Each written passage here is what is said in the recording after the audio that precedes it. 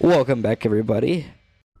It's another exciting time here on Paranoid Geese. Today we have a very special guest.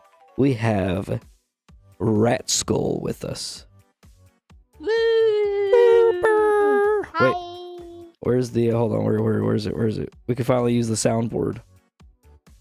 Oh, finally! Yeah, where is it? Where is it? There it is.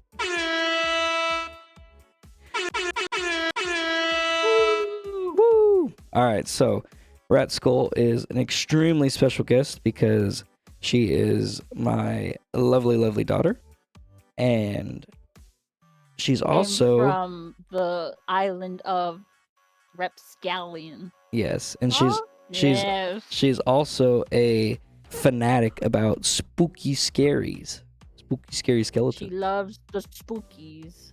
So today we have a excellent story, which is called "No One Likes the Dark," written by Stephen Ooh. Bermuda. Do you like the dark rat school? I Nice. sleep in the dark.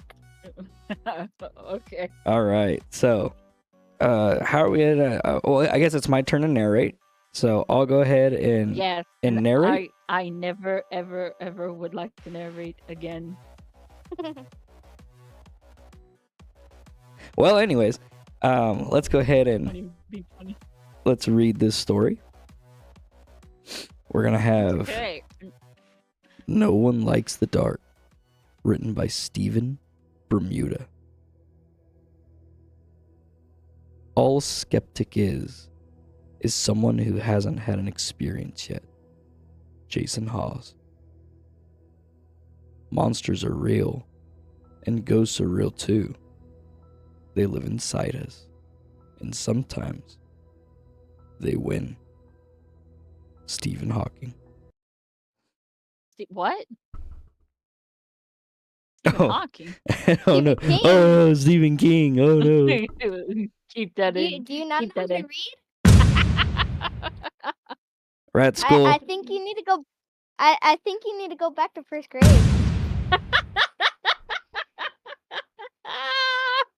Somehow you don't know how to read. Yeah.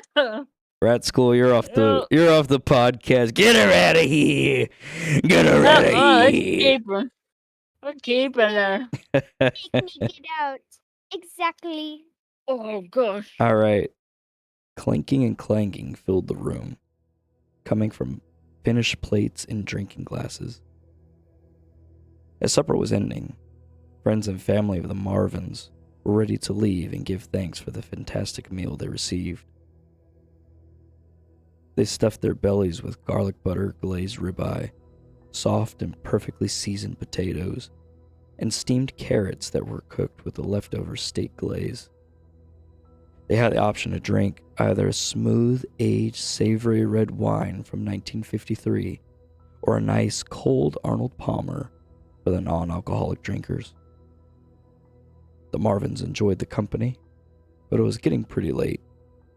It would be nice to get rest after a long preparation. I am hungry after hearing that. That sounds good. That sounds delicious. Now I'm hungry. Little hangy, huh?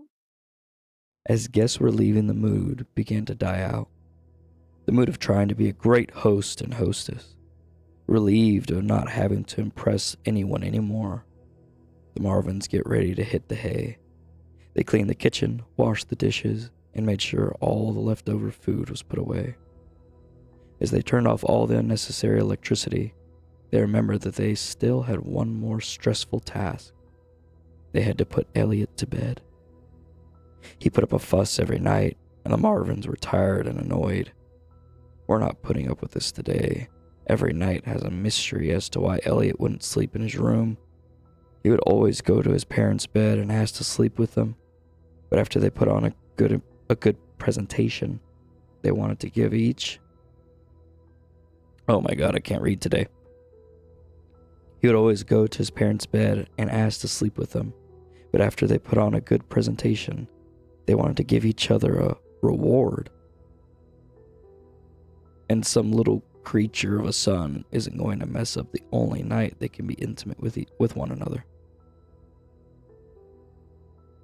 Elliot, you are sleeping in your own bed tonight.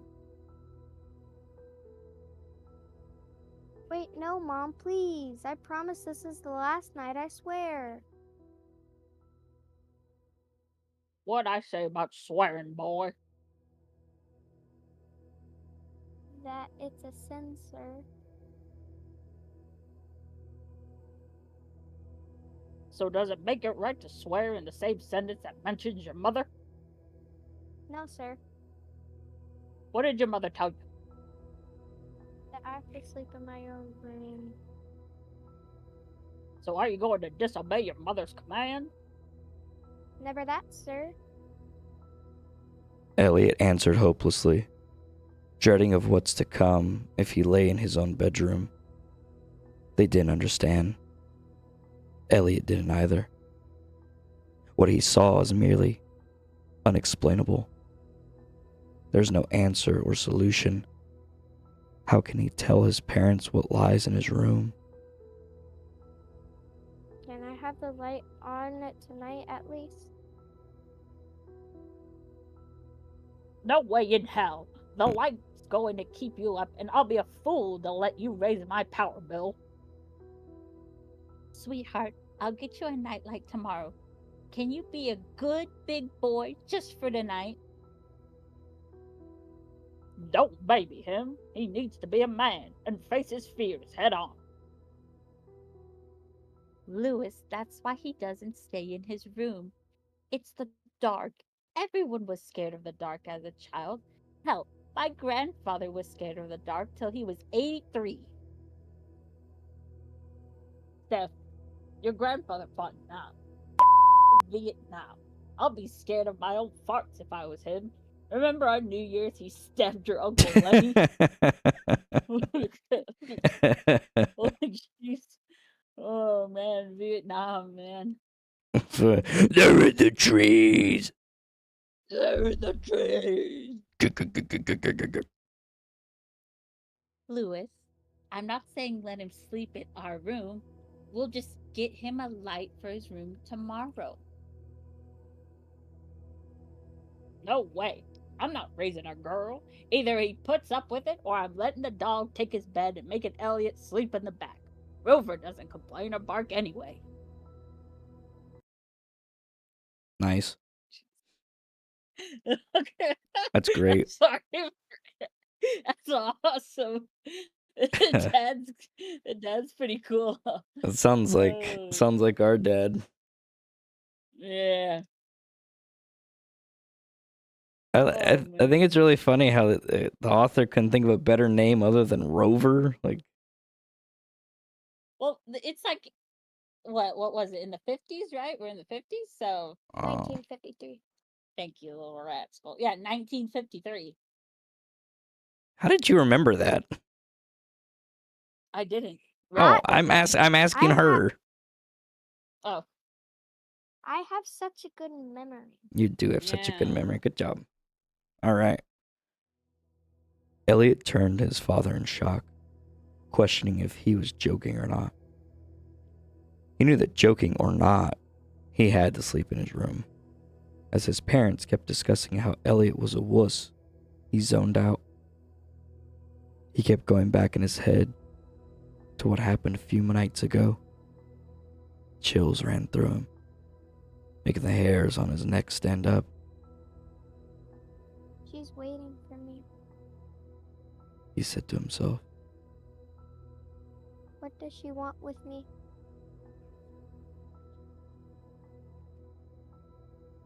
Then he was brought back to earth by his father's voice. Go to your quarters now. Go to your quarters. Is this dude a Marine or a sergeant or something? I don't know. It's funny. Oh, well, the next line. Elliot knew his father was serious when he used military terms. Oh my gosh, Okay. that's funny. Elliot knew his father was serious when he used military terms. Wait, no, please, Pa. I mean it, sir. It's an order. You clipped. Oh my god. No, she didn't. It's an order. Mr. Marvin pointed upstairs, implying for him to go to his bed. Mr. Marvin thought it was weird when he had to use hand gestures for Elliot to understand to do something. But when it came to Rover, all that needed to be done was a single say, and Rover did whatever was asked. Jesus Christ. He's comparing him to the dog.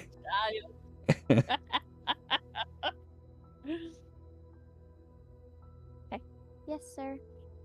Elliot rushed up the stairs, avoiding further punishment. As he got to the top, he waited. He wanted to eavesdrop on his parents' conversation. He wanted them to stop being disappointed in him. Only if they knew.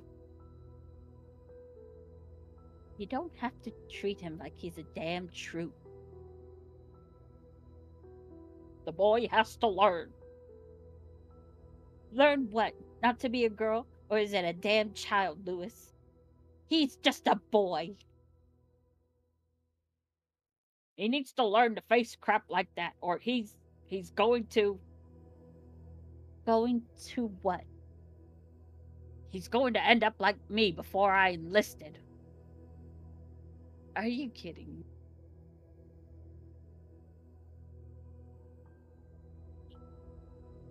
What's wrong with that? I fell in love with that man. He was kind-hearted, considerate, and just like anyone else.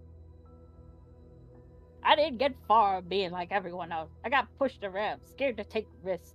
I was a coward. I'll be damned if my boy ends up like that. You think asking for help is cowardly? It most definitely is. That's stupid. Needing help isn't cowardly. Having fear isn't either. Shows you're human.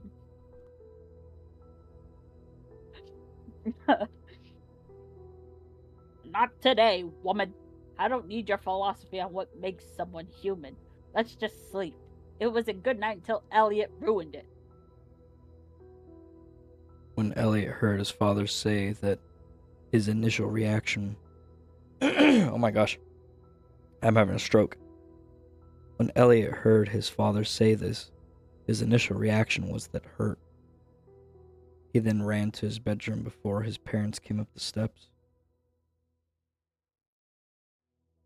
It's not his fault. Be his father, not his general. Well, it's more of a commanding officer.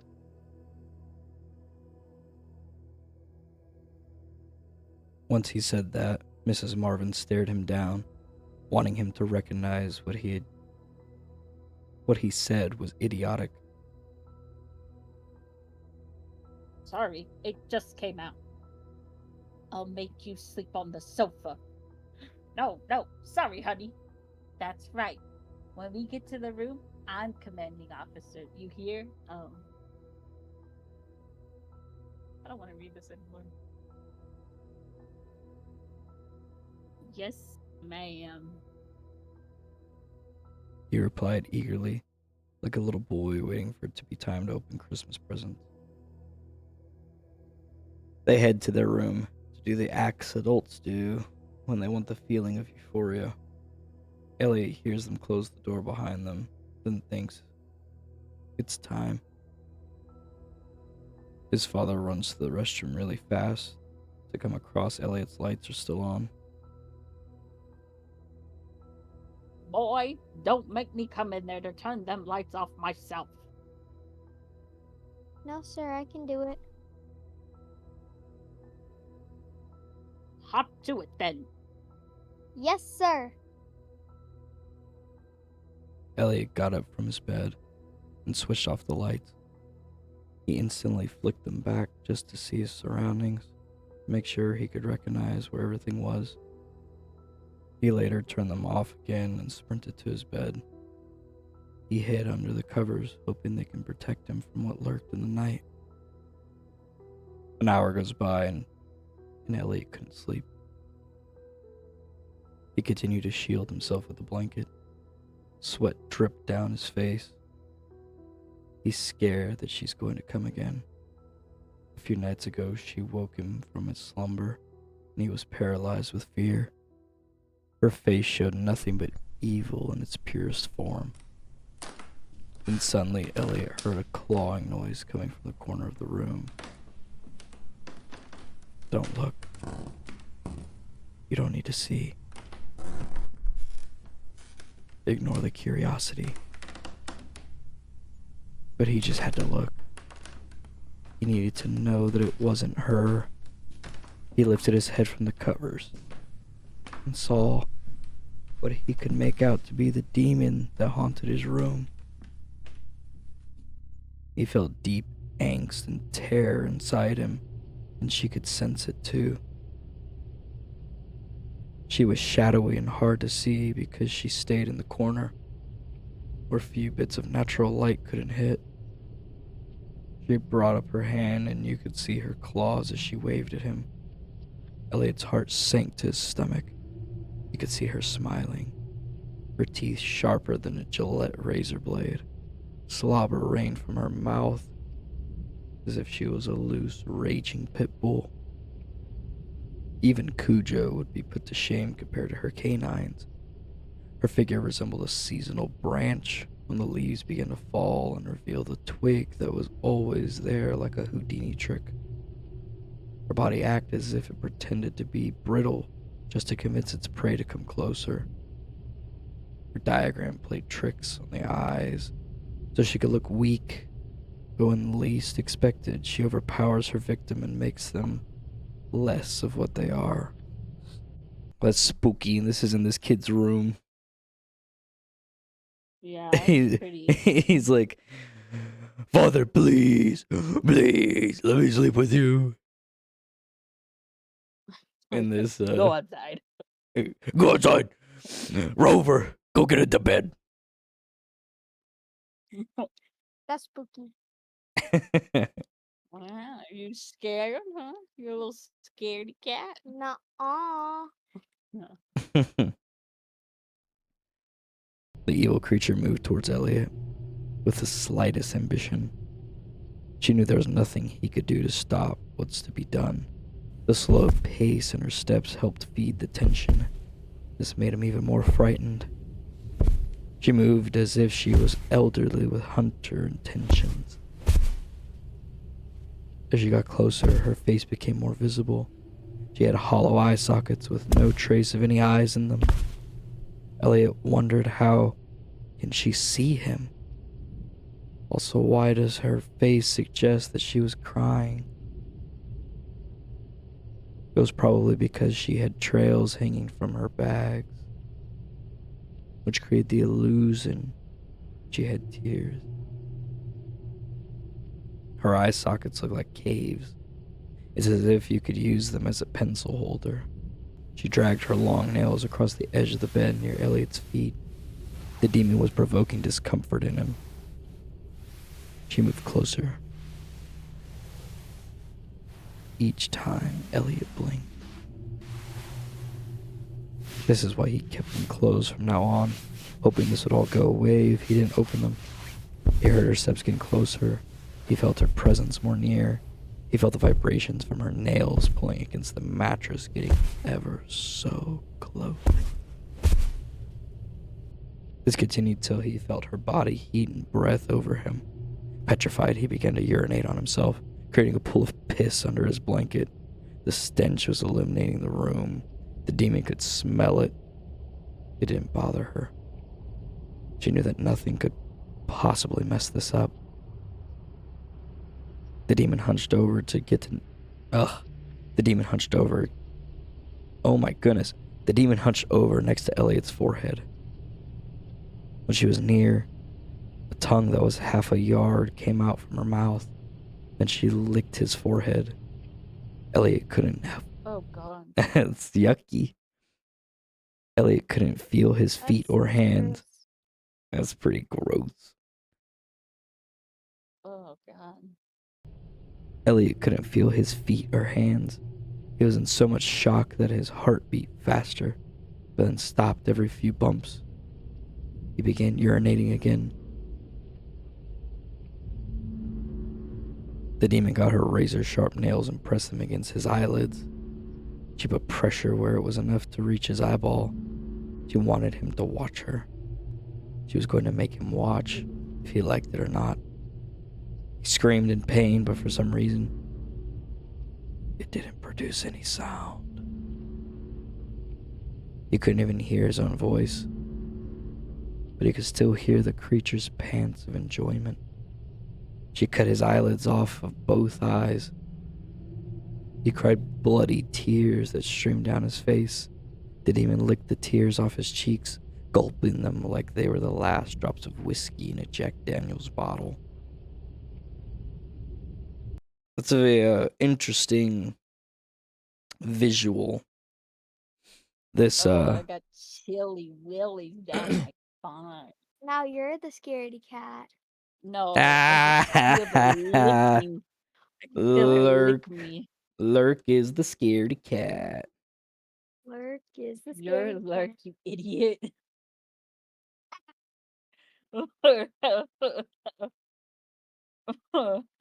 No, it's you.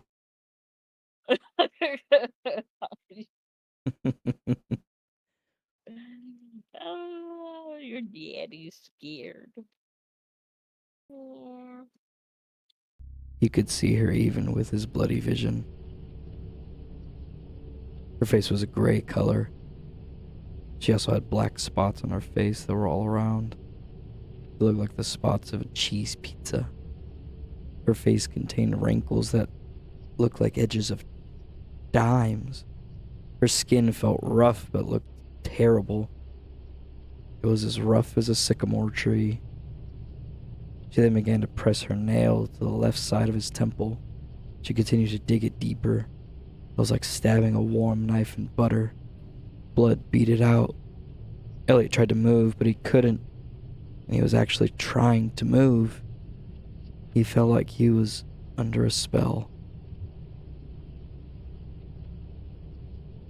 It's okay, Elliot. Don't fight. The demon whispered. Elliot continued to cry, and it burned him too. The tears ran over his fresh eyelid wounds. The demon gripped his thighs, then pulled a chunk of meat out from his leg. He then proceeded to chew it in front of him. He looked as blood oozed out his leg. The demon glued her gaze on Elliot. It's crazy. She's eating him. Nom nom nom nom. Yeah, she's eating him. I have to say this though. Pedophile.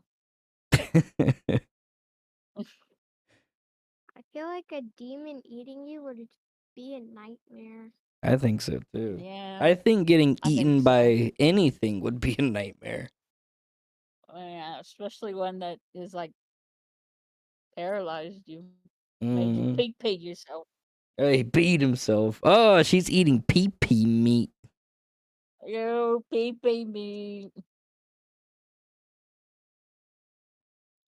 The demon glued her gaze on Elliot, loving every bit of pain she unleashed on him. The demon continued to torture him. Every time Elliot was in pain, it fed the demon. That's what it hungered for. The pain and discomfort of her meal. That's what it hungered for. The pain and discomfort of her meal. What she had done next was worse than death. She made him stare into her empty sockets and he could see everything. He saw every bit of wrong and horror that took place on this earth and other earths. He saw torture, murder, even war. The worst part of it all is he felt everyone's pain. Anyone to ever exist and ever to have been in agony, he felt it all. He wanted it to end. For her, it was seconds. But for him, it was like eons. But she made him watch in his head would make the bravest of them all drown and panic. It was something no mortal could it was something no mortal could process, leaving nothing but horror and despair. Elliot started to give up. He wanted to die. The demon approached his ear to say one last thing.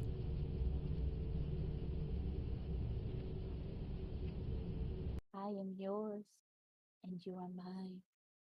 I am yours, and you are mine.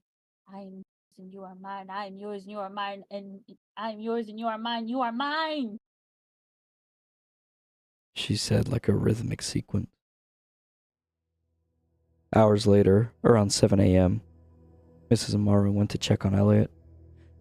She felt bad after last night, and she wanted to tell Elliot that she was going to buy him a light for his room. When she opened his door, she wasn't prepared for what her eyes were about to see. She smelled a stench of urine. What? She smelled a stench of urine and insides. Okay, that's... Oh, I think it was a typo. Yeah. She smelled a stench of urine inside the room. She saw a plaster of her son... What? She saw a plaster of her son's remains scattered all over the room. Oh my gosh, they butchered this. Oh. She saw a plaster of her son's remains scattered all over the room. That is that all over again, man. That is a terrible sentence. She saw a plaster of her son's remains scattered all over the room. Mrs. Marvin let out a scream.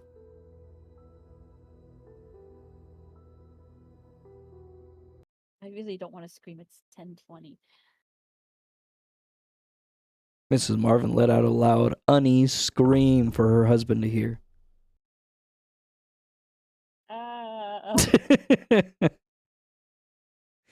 We'll scream. Did you not hear it? We'll re-record that somewhere. Can I scream? Sure, baby. Can you not hear it? No. Here, hold on. Okay, let me try this. Hold on. Let's try to. Okay, let me try this. Can you hear this? Hold on. Yeah, I heard that. Okay, yeah, it's the noise suppression. Huh. Okay. Okay.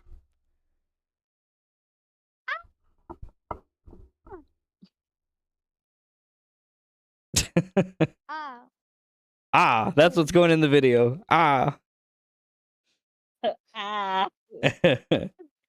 Mr. Marvin came running to his wife's cry, and what he saw dropped him to his knees.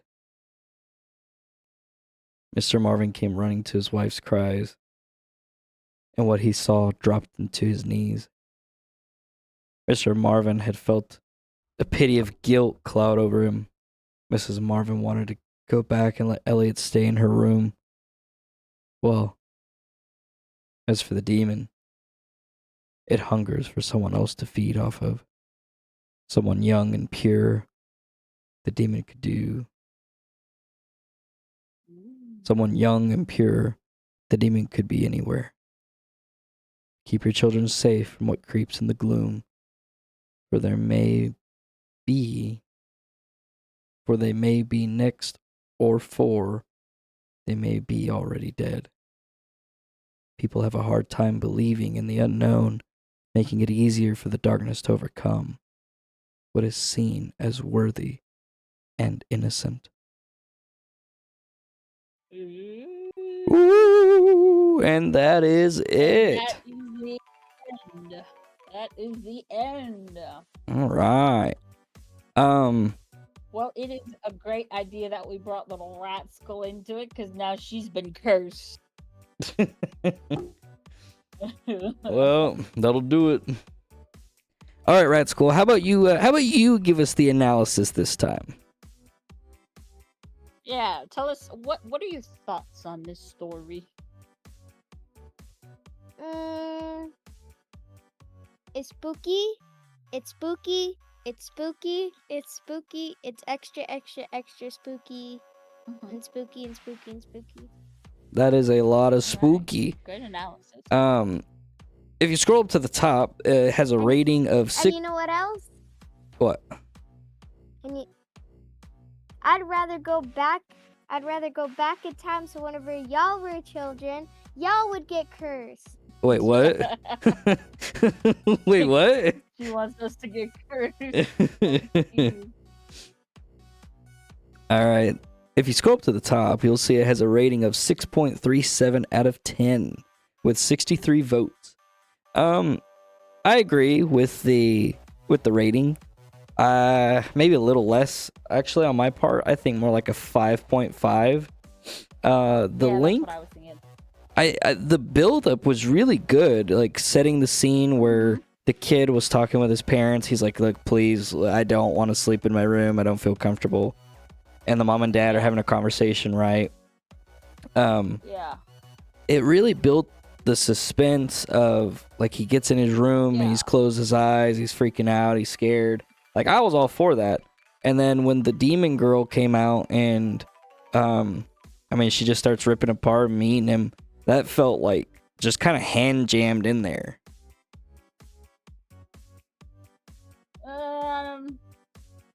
Yeah, I see what you're saying. I kind of enjoyed it because, why else would he be so dang scared to sleep in his room? I mean, that's fine. I get it. It's just that For me, it was too kind of quick. over the top. Yeah, it was over the top. That's a good way of saying it. This kid is like, what would you say? 5, 6, maybe?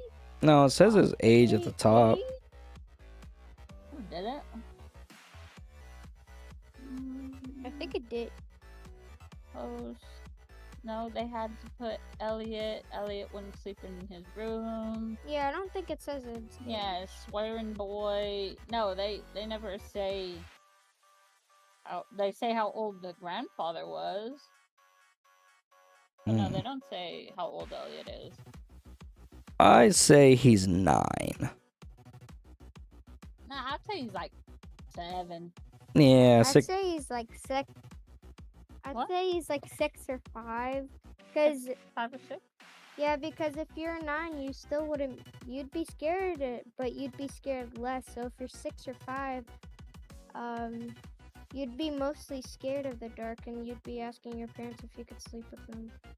You know what? You're the expert on the subject, so we'll take what you say. You're the child expert. Can I have a genie?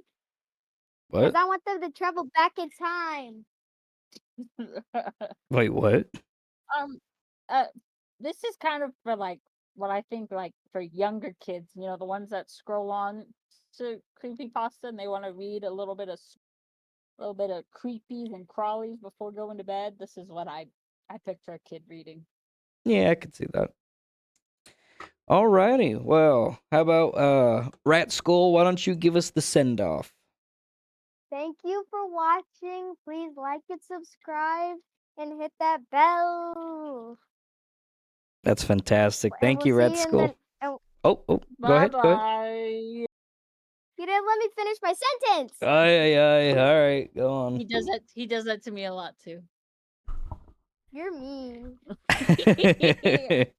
All right. All right. That's Bye-bye. it. Bye.